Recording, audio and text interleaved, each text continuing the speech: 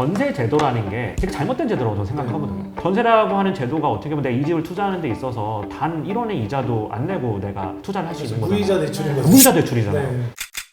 6월 13일 부동산 뉴스를 시작하도록 하겠습니다. 네. 사실 지난주에 우리가 이렇게 네, 부동산 맞아요. 뉴스를 좀 네, 모았다가 네. 영정이가 요즘에 좀 정신이 좀 이게 좀 정신- 없어서 아, 근데 요새 네. 너무 바빠요. 바쁘다는 말은 영정이가 지금 돈을 잘 벌고 있다 라는 말이고 일만 바쁘고 네. 첫 번째 뉴스는 요즘에 되게 이슈가 많이 돼요. 집값 하락 SBS, 끝났다. MBC 뭐 근데 기사는 일단 노원구의 사례잖아요. 8개월새 5억 폭락, 영끌적 성지, 노원, 절망만 남아 브릿지 기사인데 이걸 통해서 이제 부동산 얘기를 좀 해보려고 하는데 이제 영끌족의 성지라고 불렸던 그 노도강의 아파트가 이제 많이 급락을 했다라는 네, 내용인데요. 네, 여기 네. 기사에서 말하는 이제 중계동, 하계동 뭐 이쪽에 있는 노원 아파트가 뭐 14억, 15억에 근접했던 가격이 이제 한 35% 하락해서 10억 원대가 깨졌다. 최근에 9억 5천까지도 거래가 된. 사실 이제 서울 부동산 이렇게 네. 추이를 보면 2022년 10월부터 분위기 안 좋다가 12월 엄청 빠지고 거래량 뭐 말도 안 되게 줄고 1000건도 안 됐거든요. 2023년 13대책 이후로 조금 이제 늘다가 이제 바닥 친 거 아니냐 해가지고 네. 이제 매수한 이제 실수요자들 그리고 이제 생애 최초로 이제 네. 주택 사는 사람들 위해서 이제 나오는 그런 걸 통해서 이제 사는 사람들이 좀 많아지니까 거래량이 좀 늘었어요. 어떻게 해석할 것인가 이거를. 올해 1월에 우리가 둔촌주거 하면서 1월 달인가 2월 달인가 그런 얘기 한 적이 있었어요. 이제 거래량이 조금씩 회복되는 기미가 네. 보이는데 이게 추세 반등인지 아닌지는 거래량을 몇 개월치를 봐야 된다 말씀을 드린 적이 있어요. 그래서 제가 이거 블로그에다가 이제 이런 글을 써놨거든요. 사실 서울 아파트를 견인하는 가장 주요 지역이 어디냐를 보면 노원구는 아니에요, 사실. 근데 이 리딩하는 지역이 어디냐를 보면 송파랑 강남, 서초거든요, 사실. 이쪽을 좀 위주로 좀 봐야 된다고 생각을 해요. 어쨌든 서울 아파트 거래량 3,000건 또 넘었습니다.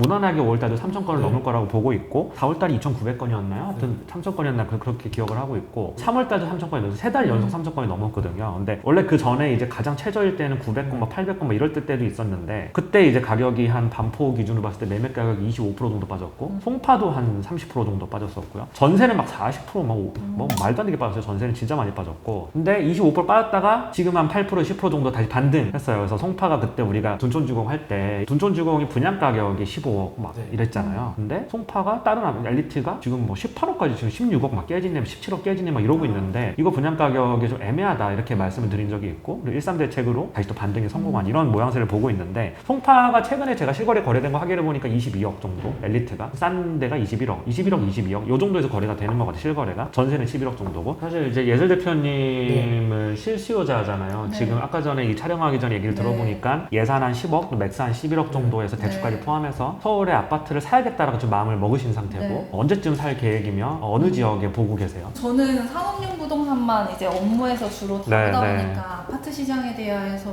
관망하거나 에헤이 이 사람 관심을 이거 가지진 촬영하는데 네, 부장님 죄송합니다. 평일날 낮이라서 이게 어쩔 수 없어요. 이게. 네네. 전세가도 많이 떨어지고 서울 아파트 값도 많이 떨어진 상태에서 저같이 이제 무주택자인 사람들한테는 좀 기회상이 됐고 위치적으로 봤을 때 저는 이제 직장, 직주근적을 고려했을 때는 지금 관심 있는 지역들이 좀 생겼죠. 어느 지역에 관심이 있으신 거예요? 저는 옥수, 금호, 뭐 신금호, 횡당 다리 건너면 강남. 아, 그럼 네. 구정하고 가깝고 최근에 그런 얘기가 많죠. 전세 가격이 너무 많이 떨어졌으니까 전세로 사는 게 좀 이득인 경우가 많다 이런 말씀하시는 분들도 많은데 사실 이게 부동산이 저는 이거를 뭐 유튜브든 뭐 네. 뉴스든 찾아보면 이제 역전세난 그리고 전세제도의 문제점 각종 지표들 GDP 대비 집값, 소득 대비 집값, 주택 구입 부담 지수 네. 막 이런 것들 네. 있잖아요. 저는 좀 이 말씀을 좀 드리고 싶더라고요. 어차피 우리가 뉴스 채널이니까 네. 본격적으로 뭐 이제 집값 지금 서울 아파트 가격이 비싼가 싼가 뭐 이건 제가 블로그에다가 되게 자세하게 써놨어요. 근데 그냥 집값 자체만 봤을 때 예술 대표님처럼 지금 이제 서울 아파트 내가 지금 실수요자로 언제 사야 되느냐 저는 사실 바닥엔 살 수 없어도 그래도 어느 정도 상승장으로 전환된다라고 하는 확신이 있을 때 사야 된다고 생각하는 사람이거든요. 저는. 근데 지금은 굉장히 좀 불안한 시기라고 생각을 해요. 역전세가 생각보다 굉장히 심각한 문제란 말이에요. 심하죠. 우리나라가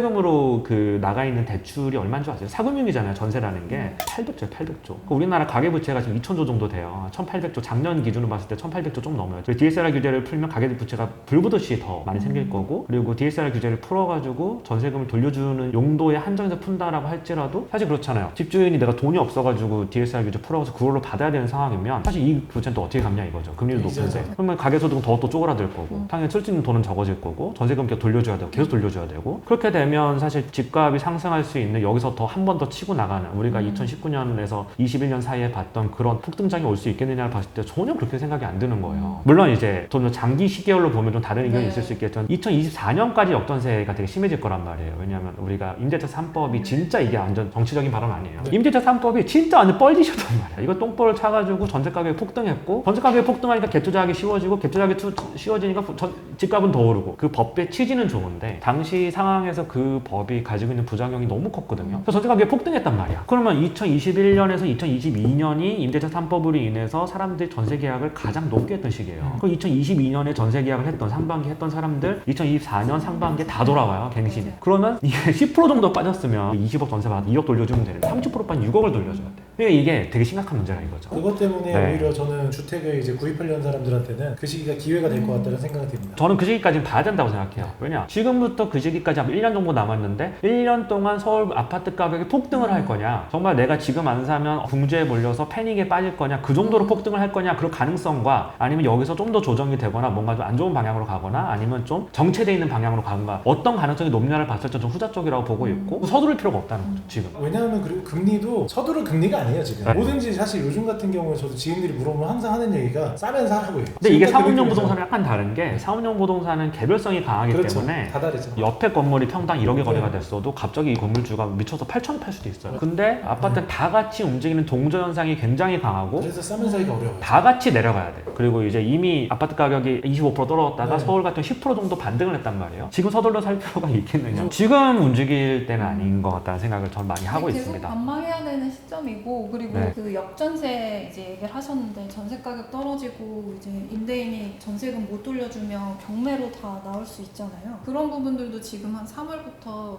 아파트 경매 건수들이 많이 네, 네. 늘었고, 그리고 낙찰률도 과거에 비하면 많이 높아진 상태라고 하는 네, 거예요. 네. 금리 인상 그리고 역전세 이런 거 네. 고려했을 때 아파트 가격이 그래도 조금은 떨어질 여지가 있고. 그러니까 되게 재밌는 네. 게 한국은행에서 깡통전세, 역전세라는 표현을 직접적으로 써가면서 최근에 네. 보고서를 네. 하나 냈는데 한국은행에서 깡통전세라는 표현을 쓴 게 아마 이번이 최초가 아닌가 싶은데 음. 이 보고서에 따르면 100만 가구 정도가 역전세에 노출되어 있는데 이게 전태주택의 8%래요. 리스크들이 되게 많잖아요. 리스크들이 많고 좀 이제 우려되는 요인들이 많은데 반등하니까 지금이라도 잡아야 돼라고 생각하는 건 정말 어리석은 생각 아닌가라는 생각이 들어요. 이렇게 주장하시는 분들도 있더라고요. 어차피 이게 주택 시장이 지금 분양을 안 하고 있잖아요. 네. 분양을 안 하거나 분양이 실패했거나 왜냐하면 지금 이제 아파트가 가격이 조정을 받고 금리도 막 올라가고 막 이러면서 되게 싼 가격에 분양하는 데는 굉장히 잘 되지만 그렇지 않은 데는 분양이 잘 안 되고 있단 말이에요. 그리고 한때 유행했던 하이엔드 뭐 주거지들 있잖아요. 뭐 오피스텔이나 하이엔드 오피스텔이 특히 많이 타격을 받았고 이런 상황에서 건설사들이 분양하는 걸 굉장히 꺼리고 시공사만 그런 게 아니라 조합원들도 꺼리게 될 수 있다는 거예요. 지금 음마아파트 같은 경우가 이제 분양가를 7,300만 원을 받겠다라고 하고 있는데 분양가가 7,300만 원이면 과연 분양이 흥행을 할 수 있을까? 왜냐면 주변 시대가 한 1억 정도 된다라고 네. 측정을 한 것 같아요. 근데 1억에 굉장히 많은 거래량으로 계속해서 이제 팔리는 그런 상황이 아니다 보니까 과연 그게 흥행을 할 수 있을까? 좀 의문이 들고 그리고 이제 건축비도 많이 얼마 올라갔고 7,300이면 충분히 할만할 것 같아요. 할만하죠. 네, 왜냐면 네, 주변이 네. 뭐 이제 레드펠 막 이런 데가 네. 1억 뭐만 9,500 이렇게 맞아요. 팔리고 있고 네. 하니까 어쨌든 모르겠어요. 지금 이게 어떻게 될지. 근데 문제는 조합원들도 이제 사업성이 떨어지다 보니까 건축비도 올라가게 되고 집값은 이렇게 올라가다 내려가고 다시 또 반등을 했지만 또 내려갈 위험도 있으니까 이렇게 봤을 때 지금 당장 공급의 여파가 나중에 한 2년 3년 후에 돌아오는 거잖아요. 네. 결국 조합이랑 시공사랑 시행사랑 사업을 좀 꺼리게 되고 이제 늦추게 되면 그때 가서 입주 물량이 굉장히 많이 줄어들 수 있고 그럼 2025년, 26년에 이 여파가 미칠 거다 그대로 뭔가 또 새로운 반등의 조짐이 있을 수도 있지 않을까. 뭐 금리까지 받쳐준다면 금리까지 되게 저금리가 되고 이렇게 된다면 그렇게 주장하시는 분들도 있고 근데 나름 또 타당한 것 같아요. 저도 그런 그거는 주장이. 되게 타당한 네, 네. 요즘에 약간 이론이더라고요. 입주 물량이 모든 걸 결정하는 건 아니지만 어쨌든 간에 입주 물량이 줄어들게 되면 전세 가격이 오르게 되거든요. 전세 가격이 오르게 되면 갭 투자하기가 쉬워지고 그럼 투자 수요가 많이 들어올 수 있는 유인이 생기게 되고 근데 그런 부분들을 종합적으로 이거 주택을 사야 될지 말아야 될지 고민하시는 분이 있다면 이런 지표들 좀 많이 봤으면 좋겠어요. 이제는 진짜 서울 부동산과 지방 부동산 따로 놀 거예요. 내가 어저께도 우리 장모님한테 대구에 있는 부동산을 전부 다 파시고 서울로 시프트를 하셔야 된다. 네, 네. 지금 물론 경기가 너무 안 좋지만 대구는 지금 완전 지금 아, 처참하게 그렇죠. 작살나고 네, 있거든. 맞아요. 언젠가 시프트를 하셔야 된다. 5년 안에. 그 아파트 갭 투자 흥행할 때 버스 대절해가지고 아, 아파트 그쵸, 그쵸. 싹쓸이가 오고 그랬잖아요. 네네네네. 그런 것들도 이제 큰일 나는 저는 사실 갭 투자라고 하는 게 전세 제도라는 게 되게 잘못된 제도라고 저는 생각하거든요. 전세 제도로 인해서 우리나라 집값이 GDP 상승률보다 더 많이 올라가 있다고 생각을 해요. 왜 그런지를 보면 그게 레버리지를 계속 쓸 수 있게끔 만들어준 게 그 전세란 말이에요. 그리고 전세 가격이 떨어지게 되면 집주인이 곧바로 역전세 뭐 이런 것뿐만 아니라 곧바로 타격을 받게 되고 왜? 투자 수요가 안 들어온단 말이에요. 그럼 다 현금으로 들어와야 되고 안 그러면 이제 대출. 전세라고 하는 제도가 어떻게 보면 내가 이 집을 투자하는 데 있어서 단 1원의 이자도 안 내고 내가 투자를 할 수 있는 거잖아요. 무이자 대출인 거죠. 무이자 대출이잖아요. 네. 원래 전세대 취지는 그게 아니었어요. 원래 서민주거 안정을 위해서 이렇게 만들어진 건데 나중에 이제 이게 몇십 년이 흐르고 갭 투자가 유행을 하고 갭 투자가 너무 당연한 것처럼 인식이 되고 빌라 같은 경우 그렇잖아요. 우리 이번에 깡통 빌라들 이렇게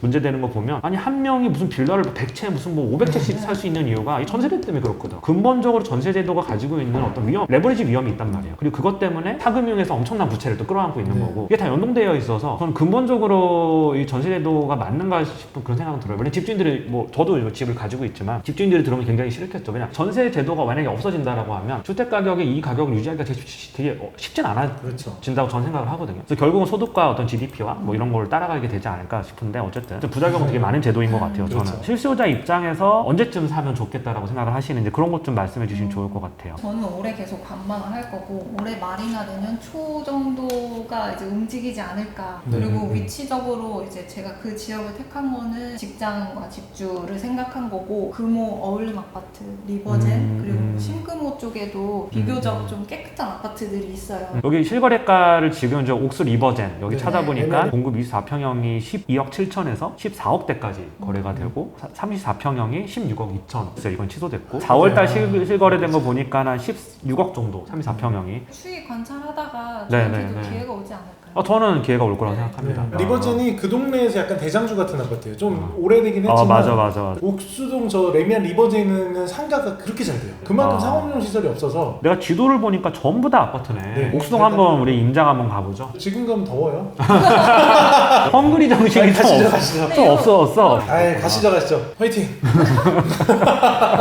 다음 뉴스 가보면 가계대출 2개월 연속 증가, 부동산 회복 조짐에 5월 가계대출 2개월 연속 증가 뭐 이런 기사가 있네요. 가계대출 되게 심각한 거 아시죠? 지금 되게 심각한 문제고, 그러니까 우리나라가 OECD 국가 중에 1등이거든요. 홍콩이 95% 정도 되고 GDP 대비, 독일이나 뭐 스위스나 이런 나라들 또 유럽에 있는 나라들 보면 다 50%에서 70%고 60%요 사이예요. 그러니까 우리나라가 비율로만 보면 GDP 대비 102%라고 하는 건 엄청 높은 수치래요. 그렇고 새 아파트 입주 못해 최악의 사태 터지나 뭐 이거는 뭐 원베일이죠?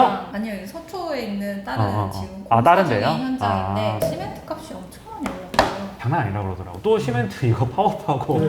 전기세가 올라가지고 같이 영향을 받았다. 시멘트 만드는데. 그래서 이게 내가 아시는 분 중에 국제시장에서 이제 전 세계적으로 거래되는 원자재 시장 선물 거래하시는 분이 계신데 물어봤어요. 야 이거 어쨌든 이게 전 세계 시장하고 연동돼서 움직이는 네. 거니까 철근 가격 이런 건 다 어떻게 될 것 같아 물어보니까 지금 좀 되게 많이 오르긴 했는데 1년 안에 좀 뭔가 떨어질 되게, 거라던데. 되게 많이 떨어질 거다라고 얘기를 또 하시더라고요. 그래서 오늘 저도 그 얘기 들었어요. 뭐 그렇고 참고로만 보시면 될 것 같고 서울시 상가 업무 시설은 토지 거래 허가 제외 추진. 검토하겠다. 네. 토지거래가 구역 이미 설정이 됐어요 이번에. 연장이 됐잖아요. 됐어요. 네. 연장이 됐어요. 연장이 네. 됐는데. 근데 거기서 건물 이런 건 빼주겠다 이런 거예요? 네. 근데 이게 원래 동 자체가 이제 토지거래허가 구역을 묶이다 보니까 대치, 삼성, 청담, 잠실동. 동 자체가 묶이니까 이게 너무 과도한 규제다. 맞아요. 사실 여기에서 이제 실제로 투자를 하시거나 아니면 또 사용하는 분들이 너무 힘들어요. 그럼 예를 들어서 이게 상업용 업무 시설이 토지거래 허가제에 들어가게 되면 어떤 점이 되게 힘들어요? 일단 실수요가 아니면 이제 토지거래 허가를 안 하겠다라는 취지이기 때문에 매수인은 구입하는 부동산에 실사용을 해야 돼요. 그러니까 내가 만약에 이 토지거래 허가제에 묶인 상업용 건물을 살려고 하면 직접 써 이거예요? 임대료 받지 말고? 전체를 써는 아니고요. 이제 한 계층 이상을 써야 된다. 일정 비율 그래서, 네가 써라 네. 이렇게?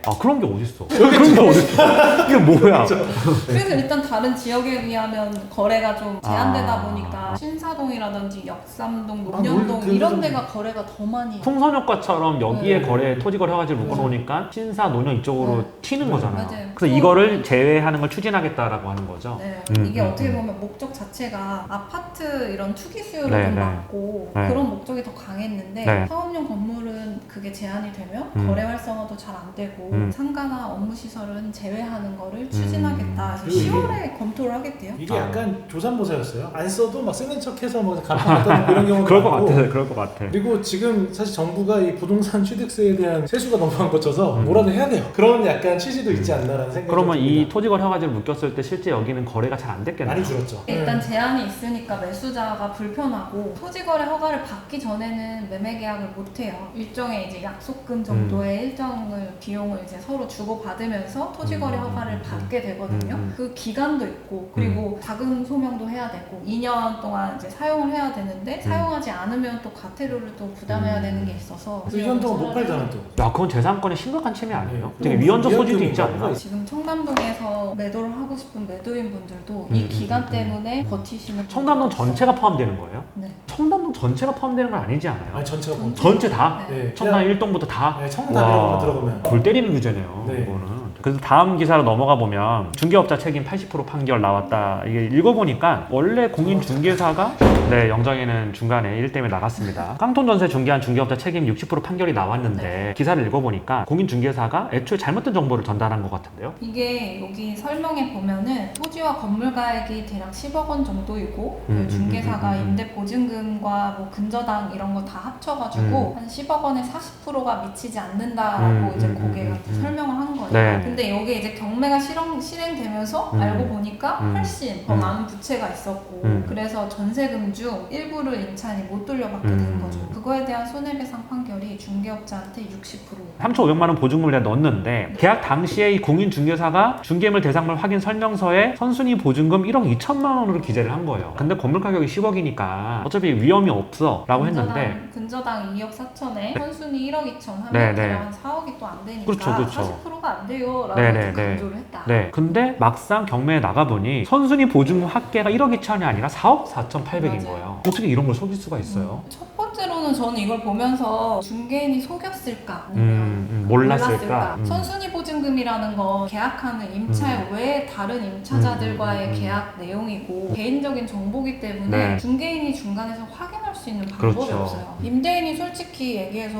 뭐 보증금 다 합쳐서 한 1억 뭐 얼마 돼요? 라고 얘기를 한다면 믿을 수밖에 없거든요. 근데 임대인이 너무 나쁜 놈 아닌가요, 그러면? 나 빚이 4억 5천 있는데 1억 2천밖에 없어요 라고 속이는 거잖아요. 이것 때문에 우리가 전에 깡통전세 얘기하면서 임대인이 받은 보증금에 대해서 이거 등기로 다 걸어놔야 된다. 네. 그러면 속을 일이 없으니까 맞아요. 그런 얘기가 나왔었던 네네. 건데 와, 이런 일이 있군요. 아, 그래서 이제 이게 100% 책임이 아닌 이유가 공인중개사가 자기의 의무는 게을리했지만 임대인에게 들었을 가능성도 있는 거네요. 네. 이걸 보면서 진짜 중개인들 계약하기가 더 어려워지겠구나. 원룸 계약해가지고 이제 받은 금액이 한 100만 원도 안 될 수도 있는데 물어내야 되는 금액이 1,080만 원을 또 물어내야 되고 변호사 비용도 또 자기가 또 부담을 해야 되고 사실 둘 다 억울한 거죠. 여기서 제일 민원은 누구냐? 임대인인 거죠. 이해가 안 되는 게 주택시장을 볼 때도 약간 역전세 얘기를 또 했었잖아요. 네. 근데 역전세가 내가 보증금을 25억을 받았다가 전세 가격이 16억으로 떨어졌는데 그러면 9억을 돌려줘야 되잖아요. 근데 9억을 돌려줄 돈이 없어. 나 못 돌려줘요 라고 하는 거잖아요. 네. 저는 정말 이해가 안 되는 게 25억을 받으면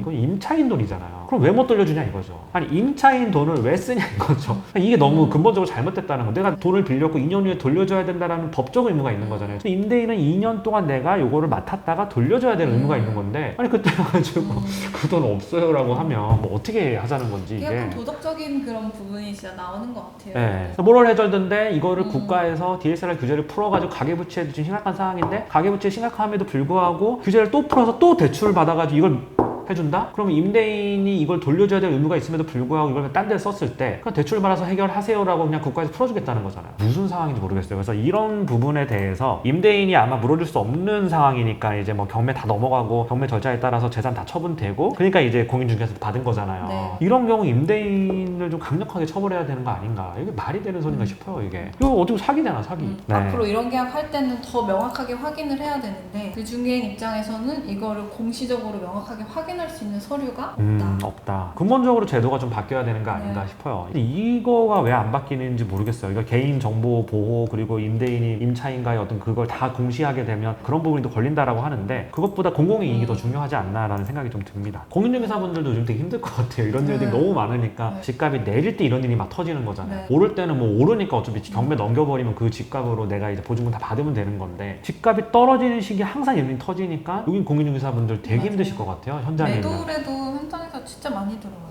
구해달라, 세입자 나간다고 하는데 네, 대치자가 없다. 재계약하시려고 하는 분들은 이거 혹시 불안한 거 아니냐 뭐부터 시작해가지고 상담은 되게 많이 들어요. 요즘에 그 역전세 그것 때문에 되게 재밌는 현상이 뭐냐면 그러니까 아리팍하고 반래퍼 같은데 전세 실거래된 걸 찾아보면 지금은 반포 전세가 굉장히 싸단 말이에요. 그러니까 25까지 갔다가 40% 넘게 빠졌어요. 매매 가격이 25% 빠질 때 전세 가격은 40% 뭐 45%까지 떨어졌어요. 전세로만 보면 이게 바닥이구나 생각하시는 분이 많은 것 같아요. 그래서 신규로 계약을 하는 분들이 다 싸요. 근데 갱신한 분들은 좀 비싸게 계약을 한 경우가 많아요. 그 이유를 생각해 보니까 어차피 1억 싼 것 때문에 또 이사하기도 또 귀찮고 그런 이유가 있는 것 같아요. 그런 재밌는 현상이 또 있더라고요. 그래서 네, 아무튼 그랬습니다. 그래서 오늘 부동산 뉴스를 또 해봤는데 아파트 얘기가 사실은 좀 메인으로 하려고 했었는데 너무 민감한 얘기고 그리고 너무 많은 정보들이 지금 유튜브뿐만 아니라 블로그 뭐 이제 뉴스 찾아보면 너무 많이 나와서 구체적인 수치와 이런 걸 언급을 안 했어요. 근데 지금 굳이 서둘러서 패닉바잉 하듯이 지금 안 사면 더 막 폭등하는 거 아니야? 이런 가능성보다 그렇지 않은 가능성이 더 높다라고 생각하는 사람들도 많은 것 같아요. 제 주변에서 그렇고 그리고 문제는 또 이제 제 주변에 모두가 다 비싸다고 느끼고 있거든요. 지금 반등한 가격이 그렇게 봤을 때 여러 가지 통계나 수치들을 봤을 때도 그렇고 그래서 지금 서두를 필요는 없지 않느냐. 여기서 만약에 서울 아파트 가격이 우리가 2021년, 20년에 봤던 그 폭등기가 다시 온다 그러면 나라가 망할 수도 있어요. 왜냐면 이게 말이 안 되는 게 진짜로 그 소득 대비 아파트 가격이 그러면 35 막 이렇게 돼야 돼. 33, 막 34 이렇게 돼야 돼. 있을 수 없는 일이라고 저는 생각을 해요. 근데 어쨌든 오늘 뉴스 네. 뭐 잘 찍었습니다. 네. 네.